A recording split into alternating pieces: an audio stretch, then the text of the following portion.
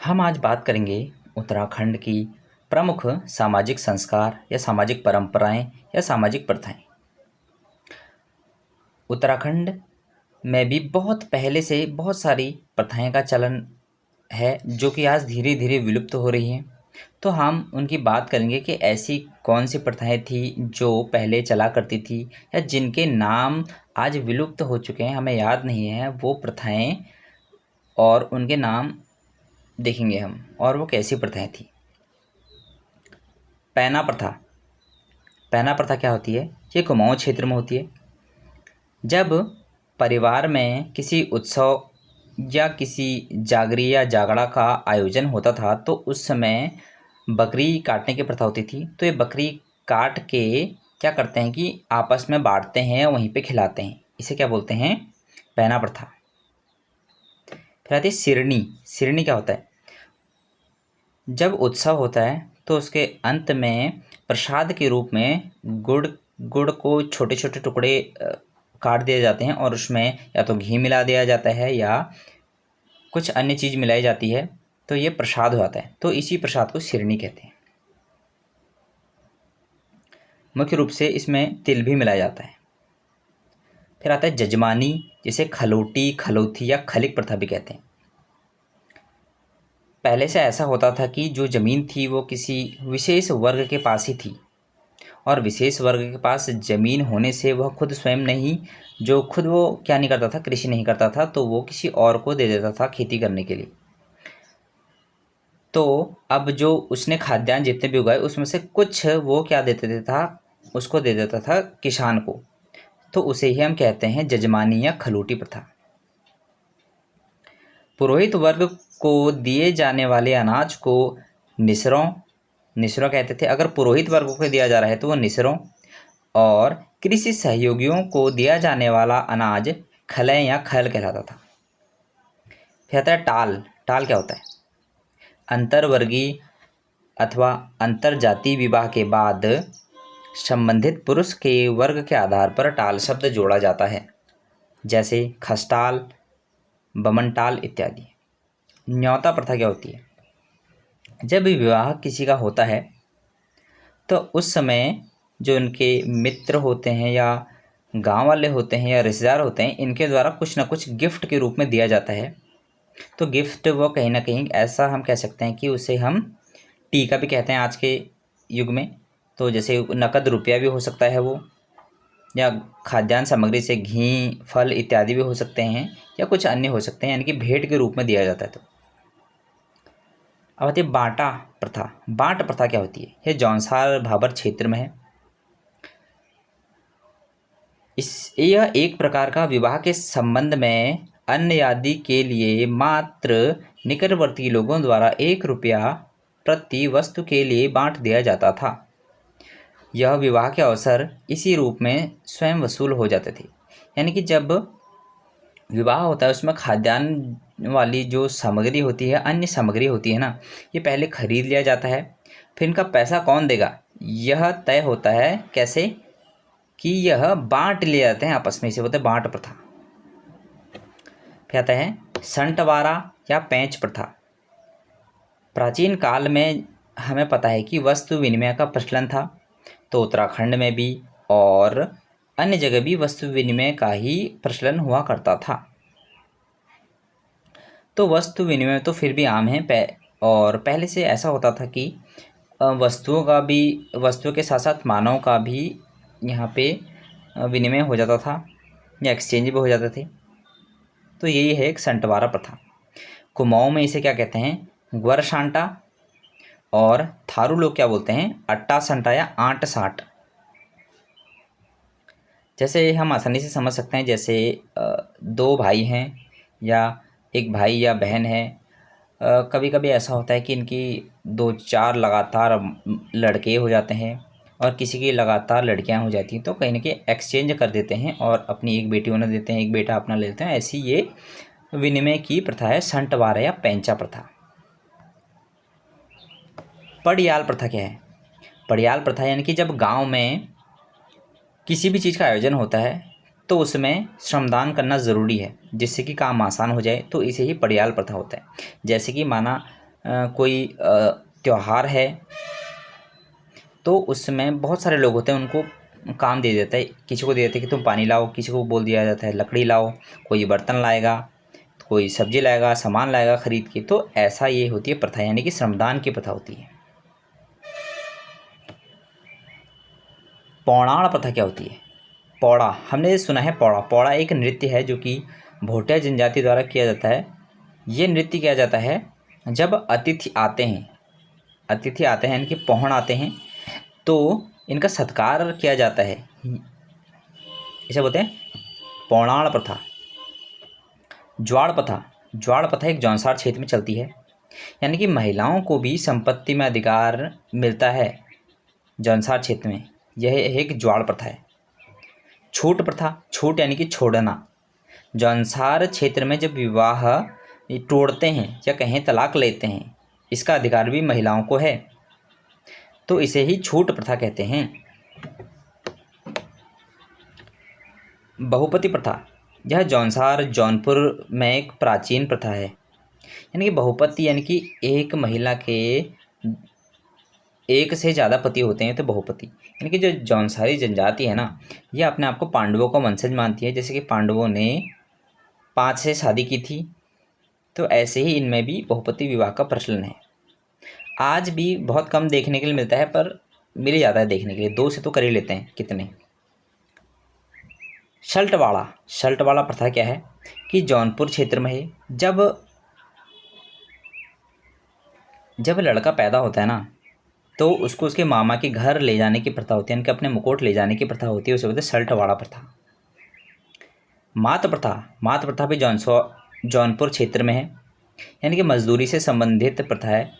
यानी कि जब किसी के परिवार, कोई परिवार है जिसने जिसने पहले उनके दादाजी या किसी लोगों ने कुछ इनसे पैसे उधार लिया था जो चुका नहीं पाए, तो अब उनकी पीढ़ी दर पीढ़ी जो बच्चे आते हैं इनके कर्जदार बने जाते हैं, तो इन्हें मात प्रथा, इसे बोलते हैं मात प्रथा। बुढ़ियात प्रथा, बुढ़ियात प्रथा जौनसार क्षेत्र में चलती है, यानी कि जब रात भर जागरण या जागड़ा लगाए जाने की प्रथा है ये बुढ़ियात प्रथा। चौहेते प्रथा, यह जौनपुर क्षेत्र में खुशी अथवा शोक में बाजगी या विशेष प्रकार का संगीत बजाया जाता है। यानी कि चौहेते, चाहे या ना चाहे, यानी कि चाहे यानी कि खुशी का है या कोई शोक का माहौल है, इसमें एक विशेष प्रकार का संगीत बजाया जाता है, इसे बोलते हैं चौहेते प्रथा। फिर आती है ओड़ाल प्रथा। ओड़ाल यानी कि लड़की को उड़ाकर भगा कर ले जाना, तो इसे बोलते हैं ओड़ाल प्रथा है। जौनसारी, ये जौनपुर क्षेत्र, जौनसार क्षेत्र में प्रचलित है। यानी कि ज़्यादातर देखा जाता है कि मेलों में अक्सर लड़कियों का मिलन, लड़के लड़की का मिलन होता है और कहीं ना कहीं जान पहचान करते हैं, आपस में शादी कर लेते हैं। तो ओड़ाल प्रथा यानी कि लड़कियों को भगा ले जाते हैं यहाँ से। आज भी कहीं कहीं हिमाचल प्रदेश या जौनसार, जौनपुर और जम्मू कश्मीर में देखी जाती है। परी प्रथा, परी का मतलब होता है परी यानी कि परी उड़ती है, तो ऐसे ही सूचना जो होती है, गांव की सूचना एक फिक्स्ड किसी व्यक्ति को दे देते हैं ताकि वो किसी अन्य को सूचना दे, तो जिम्मेदारी दी जाती है, इसे बोलते हैं परी प्रथा। नमती प्रथा क्या होती है? नमती प्रथा पुराने ज़माने में चलती थी। किसी एक विशेष वर्ग या एक किसी विशेष परिवार का ये कार्य होता था कि वह सुबह और शाम को घंटी बजाए, जिससे कि लोगों को पता चले कि सोने का टाइम हो गया है या जगने का टाइम हो गया है, इससे संबंधित है। फिर बात करते हैं ब्यूरा प्रथा। ब्यूरा प्रथा कहता है ये जौनसार क्षेत्र में चलती है, यानी कि जौनसार में प्रचलित प्रथा है। जो इनका परिवार का मुखिया होता है ना, वह जो जितने भी कार्य किए उसने दिन में, इसका विवरण देता है खुमड़ी को। ठीक है, खुमड़ी इनकी एक पंचायत होती है, इनको दिन का ब्यौरा देना ही ब्यूरा प्रथा है। तो पिंठिया या पिट्ठियाँ, जिसे गंधाक्षत भी कहते हैं, यानी कि जब हम किसी अपने मित्र या संबंधी के यहाँ जाते हैं, तो जब वहाँ से अपने घर लौटते हैं तो उसमें पिट्ठिया लगा दिया जाता है।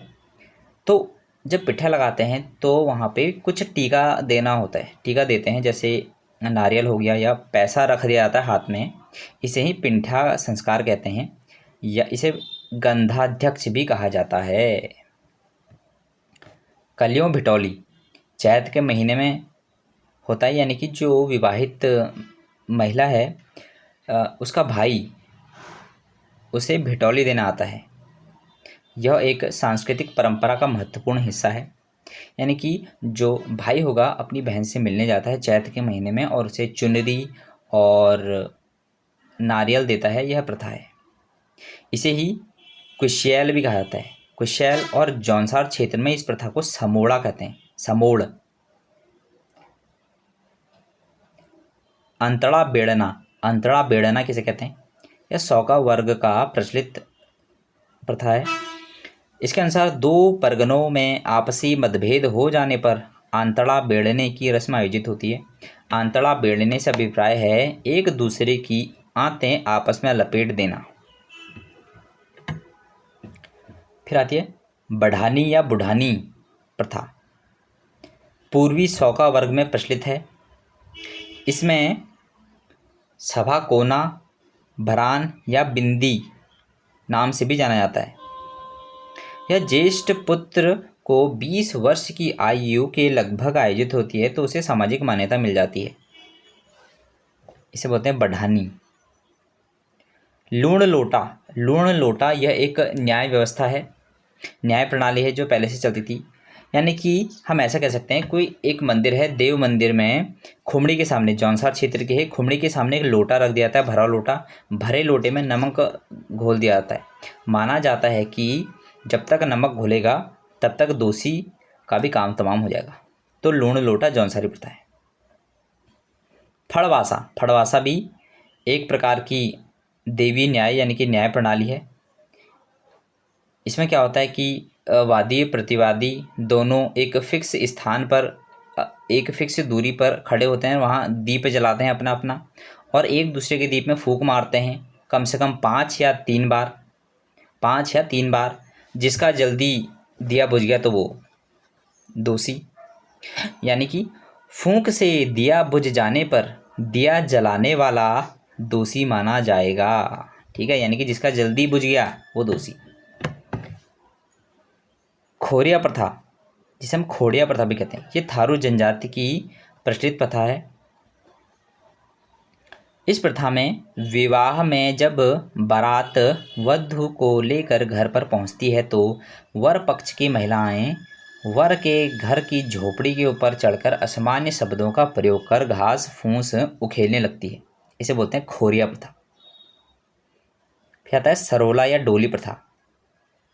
यानी कि वर के बिना, यानी कि ऐसा विवाह जिसमें वर के बिना ही महिला को घर ले आते हैं, इसे बोलते हैं सरोला विवाह। यह कन्या मूल्य देकर इसमें कन्या को घर लाया जाता है डोली में बिठाकर। इसी टाइप की प्रथा अन्य जैसे तत्सत व दमोला, ये है भोटिया जनजाति में। तत्सत यानी कि साथ में लाना, वर के साथ लाना तत्सत। दमोला यानी कि ढोल दमाऊ बजाकर अकेले अकेले लाना। अकेले अकेले आ जाती है कौन? महिला या कहीं दुल्हन। क्यों? क्योंकि भोटे जनजाति में व्यापार पहले से काफ़ी होता था। तो कभी ऐसा होता है कि डेट फिक्स हो गई और मानो उसमें व्यापार चल रहा है, तो ऐसा होता है कि बिना वर के ब्याही जाती है लड़कियां। इसे बोलते हैं यह प्रथा। दास प्रथा। दास प्रथा है यानी कि दास एक तरह के दास टाइप के ही हैं, यानी कि व्यक्ति दास बन जाता है इसमें। किसी, चाहे वह खायकर का दास हो, सिरतान का दास हो, तो ये दास होते हैं। इसे छोड़ा छोड़ियाँ इस प्रकार के कुली बेगार से संबंधित भी दास ही हैं। दास प्रथा। सती प्रथा। सती प्रथा यानी कि महिला को जब वर उसका मर जाता है तो उसे जलती आग में डाल दिया जाता है, सती हो जाती हैं वो। फांटी प्रथा। फांटी प्रथा क्या होता है कि कोई व्यक्ति ने अगर कोई अधार्मिक काम कर दिया है या धर्म के विरुद्ध काम कर दिया तो उसका हुक्का पानी बंद कर दिया जाता था, तो उसे ही फांटी प्रथा कहते हैं। चंद्रेणी प्रथा। यह किसी जाति सूचक व्यक्ति को पुनः सांस्कृतिक कार्य या निम्न वर्ग की स्त्री से अगर किसी ने ब्याह कर दिया है तो उसने अपना धर्म भ्रष्ट कर दिया, ऐसा मान लिया जाता था पहले से। तो इसे भी जातीय सम्मान दिलाने की प्रथा है चंद्रायणी प्रथा। इसी के लिए प्राचीन काल में चंद्रपवार या गोरखों द्वारा टैक्स लिया था, उसके बाद चंद्रायण टैक्स, यानी कि जो जाति विरुद्ध जिसने काम किया है या धर्म विरुद्ध काम किया है, इसको भी समाज में फिर से पुनः लौटने की प्रथा होती थी, इसमें भी टैक्स लिया जाता था उस समय। विवाह, विवाह पता है एक लड़की एक लड़के का होना ज़रूरी है, तो विवाह होता है इससे। तो विवाह के भी अलग अलग रस्में हैं, जैसे कन्यादान। कन्यादान में क्या होता है, कन्यादान में महिला के पिता व माता दोनों इसमें होते हैं, जो कि कन्या का दान करते हैं, उसका विवाह करते हैं। मंदिर विवाह यानी कि मंदिर में होने वाला विवाह, मंदिर विवाह। डोला या सरोला यानी कि लड़की को डोली में बैठाकर ले जाते हैं बिना वर के, ठीक है। ये वर वधू या युगल ये क्या करते हैं, इसे सरोला विवाह भी कहते हैं, कुआं क्षेत्र में पहले से चलता था। इसमें क्या करता है, कन्या पक्ष को कुछ मूल्य दिया जाता है, ठीक है, इसे विवाह हो जाता है। प्रेम विवाह तो लव मैरिज है। ढांटी विवाह, मतलब ढांटी विवाह क्या होता है, यानी कि जो विधवा विवाह को ढांटी विवाह के नाम से भी जाना जाता है, यानी कि विधवाओं का भी विवाह होता था पहले से, इसे ढांटी विवाह कहते हैं। तो हमारा ये चैप्टर कंप्लीट हो चुका है। धन्यवाद।